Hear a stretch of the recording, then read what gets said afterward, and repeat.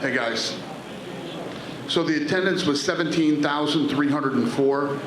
The gate was 3.24 million. It was sold out, and it was the highest gate in California history for an MMA event.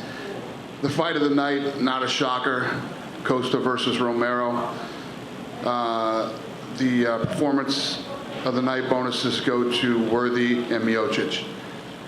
They all win $50,000 each. Hi, Dana. Hey, buddy. Start with DC. What have you talked to him, and what do you think? He looked like a really good fighter there for 3.5 rounds. What do you think his future is? Yeah, I just left his locker room right now, and obviously, you all know how competitive he is. He's, very bummed out. But there's nothing to be bummed out about. What an absolute war for two heavyweights to go in and punch and take punches the way they did and keep coming forward.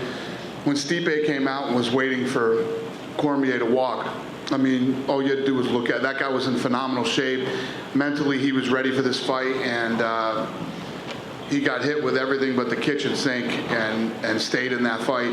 Then whoever in his corner told him to start going to the body the way it was brilliant, and incredible fight. And I don't know what the future is for Cormier. I told him, don't think about whether you want to fight again, you don't want to fight again, any of that stuff. Just relax, go home, spend some time with your family, and we'll talk about all that shit later. I know you said it would kill you to see him leave.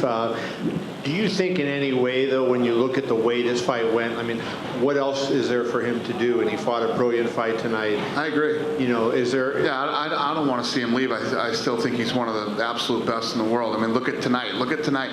Stipe is one of the best heavyweights ever. He's got the most defenses. Look at the guys he's beat. Look at the things he's done, and look at the way this fight went tonight.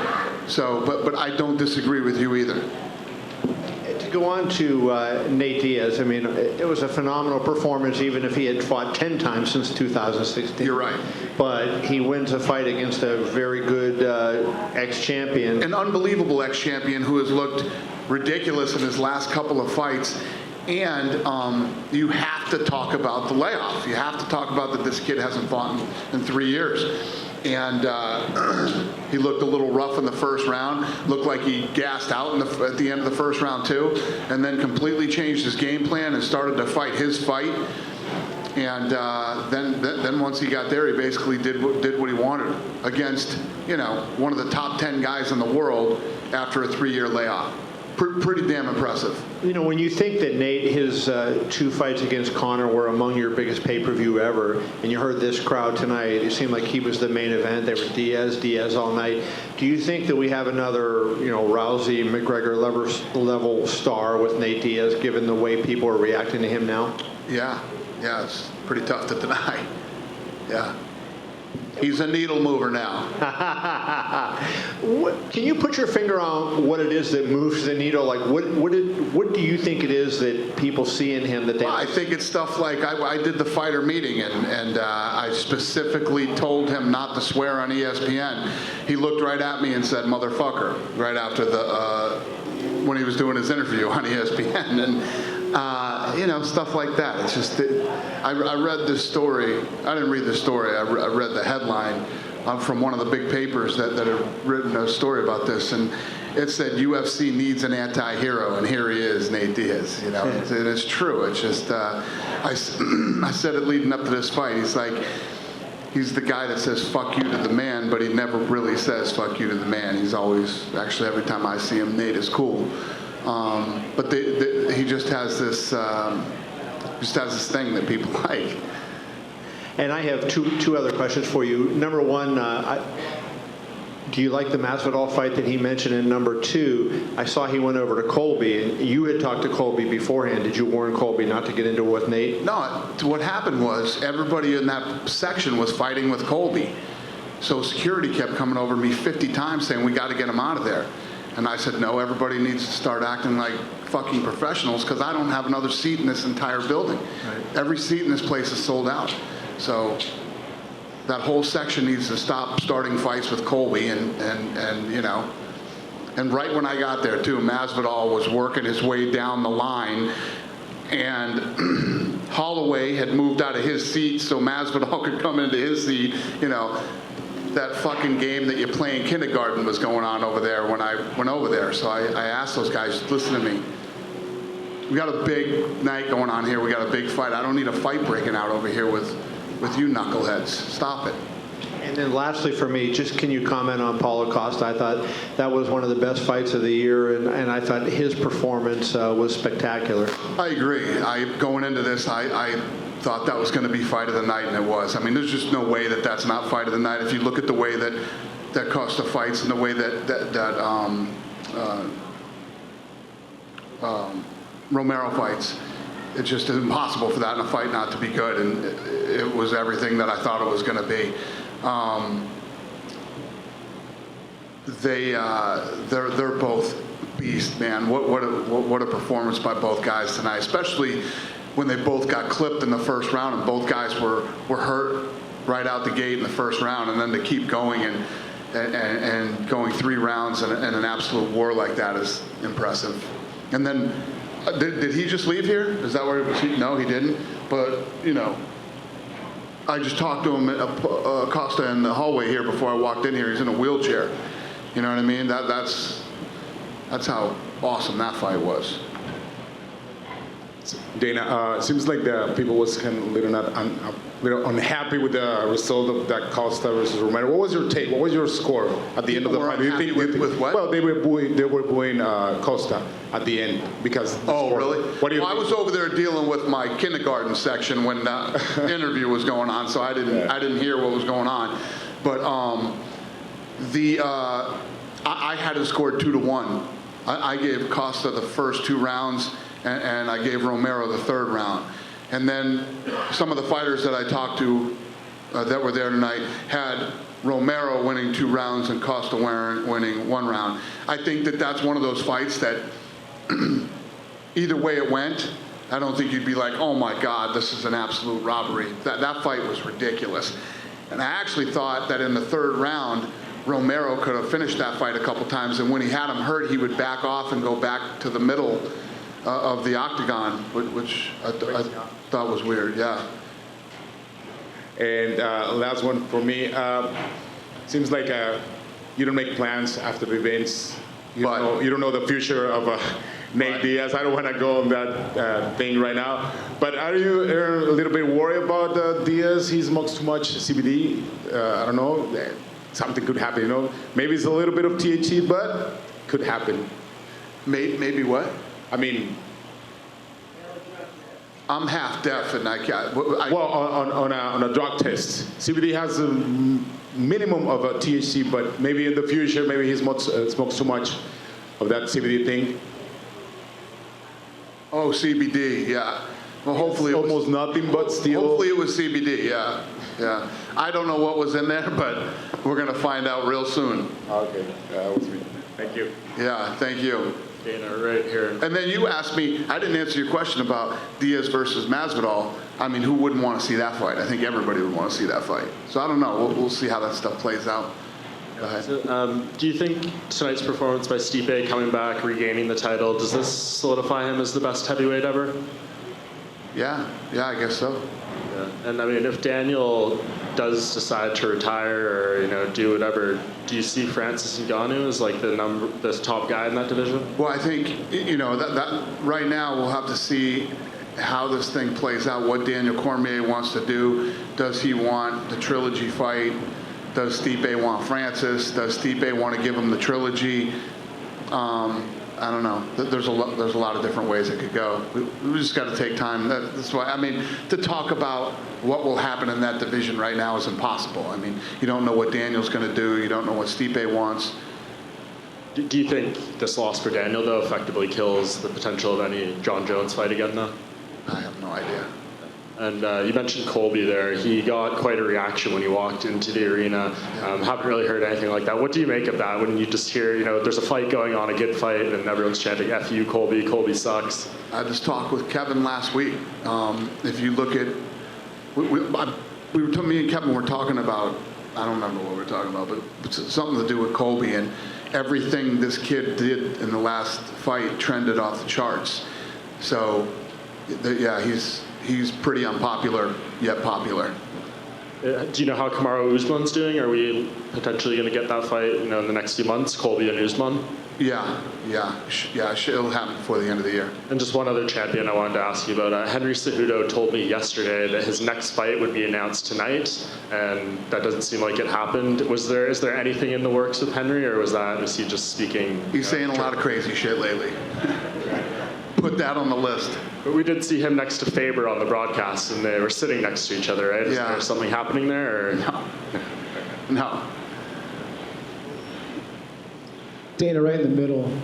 From the sellout to the gate record to all the digital trends, I think that there's a lot of people that are expecting that this is probably going to be the biggest card so far of the ESPN Plus era. What have you heard from your partners at ESPN about this? I was sitting next to the president of ESPN all night, Jimmy Pitaro. Tonight killed it. Tonight was a really, really big night for them. Yeah. And this week, not just this night. I mean, the numbers that they were pulling, and it was a really big week, not just night. Yeah. Everybody's happy tonight. And then a little bit off topic, but there was a news announced recently that MMA is going to be legalized in France starting in January. Have you guys started to move into that market, and is there some idea that you guys want to sort of have the first big MMA event there? Yeah, well, we've been working on that place for a long time, and we finally got it done. And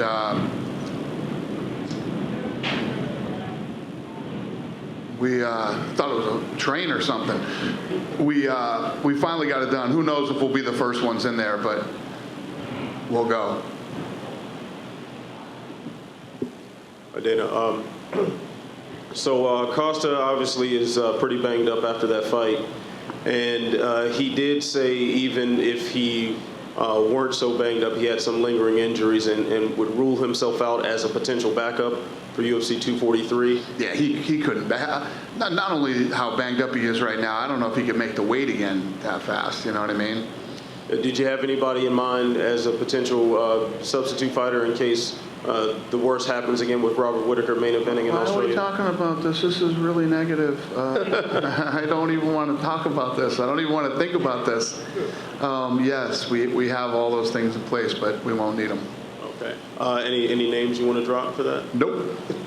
I don't even want to talk about that. You're a mean guy. No, I'm really a nice guy. Yeah, you are. But all right, so one other question. This is a little more positive. So we did hear some rumblings about Darren Till versus Kelvin Gastelum. Is that something that's in the works? Can you confirm that? I can't even remember. Are we talking about that? No. Yeah, no. I didn't think so. Dana over here, not to push too much on the idea of backups, but you obviously have the big event in Abu Dhabi. You had Tony Ferguson here in the crowd. Was there any talk about... We're not talking about backups, man. No backups. We're not talking about backups tonight. No backups. We won't need a backup. Secondly, of course, the big pay-per-view coming up at MSG, that kind of gets the ball rolling, I think, to a lot of people. Any idea when we might hear about a main event for that card in November? Soon. Yeah, we're working on stuff for that one soon. We'll have that. What is it? We'll have that. We'll have that in place in the next couple weeks. Thank you. Hey, Dan, down here is your right. So now that Nate is back after 3 years and he looked great tonight, how do we get him back again like soon now? Who knows? I mean, he called out Masvidal tonight, so that's a positive thing. So, you know, there's no guarantees. Who knows? You know, I don't even think about that. I go on to what's next. You know, going to China next, and straight from there to Abu Dhabi, and then all these other cards that we got to get together. That'll either play out and happen or not. I can't think about that stuff. Speaking about China, there's that conflict going on with China and Hong Kong. Yeah. And Shenzhen, where you guys are going to be in 2 weeks, is kind of very much in the center of that. Any concerns?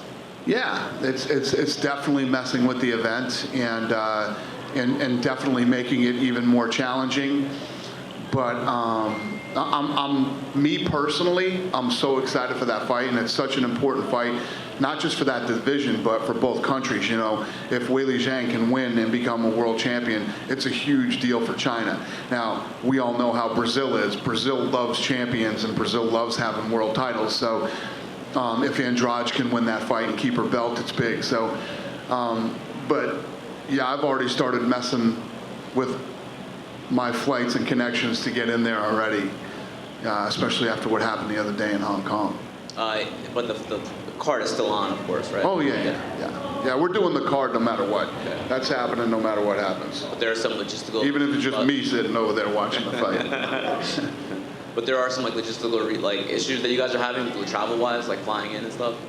Oh, say that again? There are some logistical issues, though, possibly. No, there haven't been, but I'm making sure that I get there no matter what happens. If something like what happened in the Hong Kong airport happens again, I'm finding out alternate routes for me to get there, no matter what. I'm going to be there no matter what. Gotcha. On the undercard tonight was Bermudez and Kenny, and that fight was going to be at bantamweight, and it got moved up to a catchweight at 140. What was the story there? Because I know you guys aren't really a huge fan of that happening all that often. So ask me that again. What happened? The Bermudez-Kenny fight was going to be at bantamweight, and it got moved up to a catchweight at 140. Well, I think what happened was I think that he took that fight on short notice, like 5 days notice. That's why that happened. Is that fight? Oh. I think so. I don't know. I couldn't honestly tell you the answer to that right now. And have you spoken to Conor McGregor at all since that video? No, I was just saying to Brett, I haven't looked at my phone yet. And he said, well, if you had to bet whether there's text from Conor on your phone, what would you think? And I said, I bet there is. So. Is Conor Nate 3?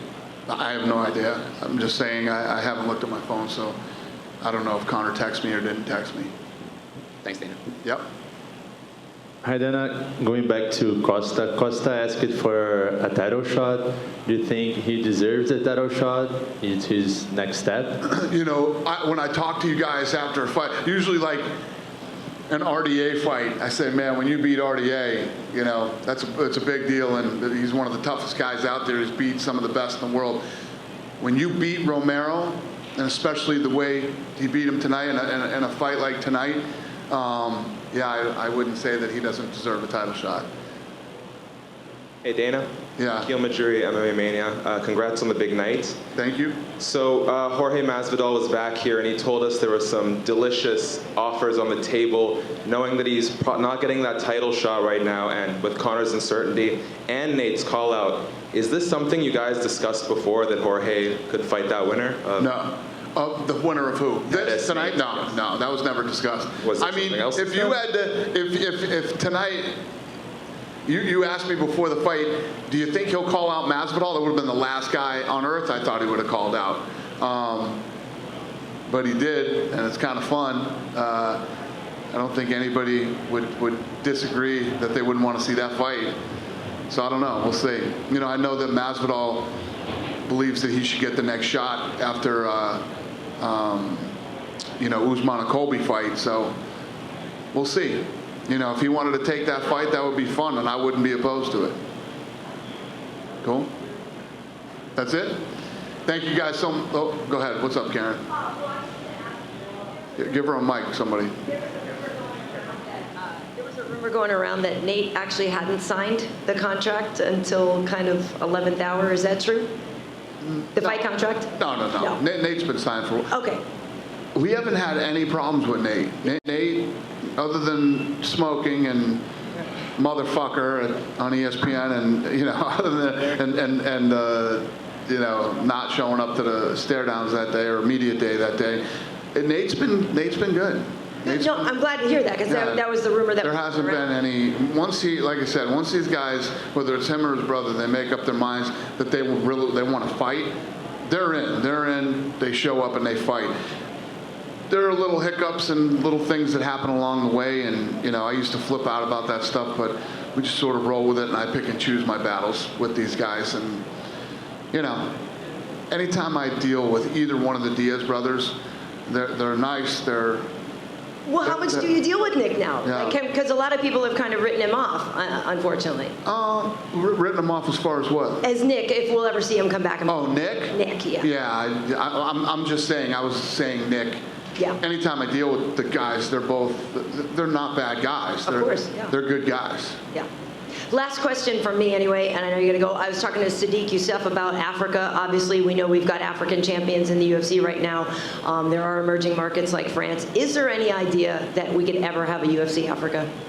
Yeah, and actually, what's crazy, and most people might not know this, but the sport has been big in Africa for a while. I mean, that's why these guys are popping up, because we had a television deal in Africa for a while, and then they have another organization over there, EFC. EFC, Yeah. that's what it is. EFC, that's pretty popular and does well, and between those two things, it helped build a market there, and it's real. So the answer is yes. The long-winded answer to your question is yes. But it would be in a place like Morocco. I don't know. Yeah.